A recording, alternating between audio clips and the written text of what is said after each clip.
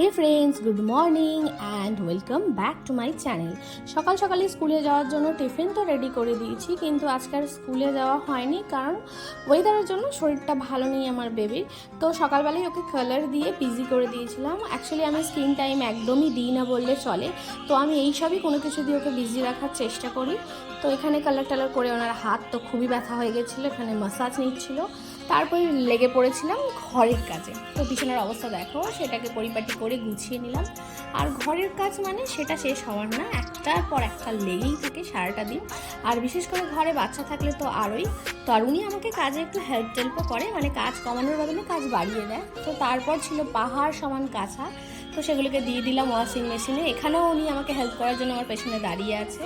তো তারপর আমি ফ্রেশ হয়ে নিয়ে এই যে ব্যালকনিতে চলে গেছিলাম। এখানে মা, আমি, আমার মেয়ে সবাই মিলে দাঁড়িয়ে একটু গল্প করছিলাম। আজকে ওয়েদারটা তো খুবই ভালো ছিল, আর তেমনি হাওয়াও ছিল। ওয়েদারের এই হঠাৎ চেঞ্জের জন্যই ছোটদের বড়দের সবারই ঠান্ডা লেগে যাচ্ছে। তো তারপর চলে এসেছিলাম পুজো করতে। তো সকাল সকাল পুজোটা আর হয়ে ওঠা হয় না, কারণ সকালে অফিস স্কুল এইসব করতে গিয়ে ঠাকুরের দিকে আর আসা হয় না। তো একেবারে সব সেরে তারপরেই আমি পুজো দিতে আসি।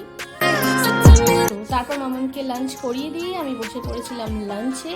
তো আজকে লাঞ্চের পর একটু ঘুমিয়েই পড়েছিলাম। এই সন্ধেবেলা মামামের স্ন্যাক্স বসিয়ে দিয়েছি।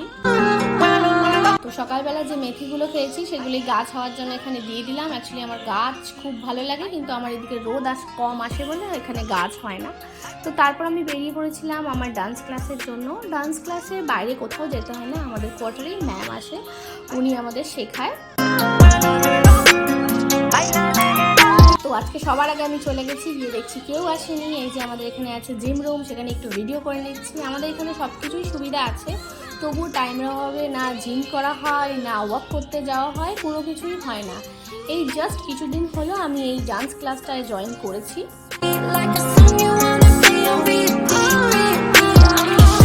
অল্প কয়েকজন মিলেই ডান্স করলাম, আর আমি এখানে একটু দাঁড়িয়ে ডান্স হওয়ার পর ভিডিও করে নিচ্ছিলাম।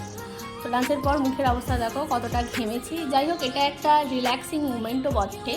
তো তারপর ছিল বাচ্চাদের ডান্স। তো আমার মেয়ে আগে চলে গেছিলো, তাই ওর ডান্সটাই আগে স্টার্ট হয়ে গেছে। এখানে আরও বাচ্চারাও ডান্স করে। তারপর ফিরে পড়েছিলাম বাড়িতে। ফিরে এসে ধোয়া ওঠা মাংস আর রুটিটা দিয়ে ডিনার সেরে নিলাম। চিকেনের রেসিপিটা আমি নেক্সট ভিডিওতে শেয়ার করব। তোমাদের যদি আমার ভিডিওটা ভালো লেগে থাকে একটা লাইক, শেয়ার, সাবস্ক্রাইব করে দিও। আর যারা ফেসবুক থেকে আমাকে দেখছো তারা আমাকে ফলো করতে ভুলো না।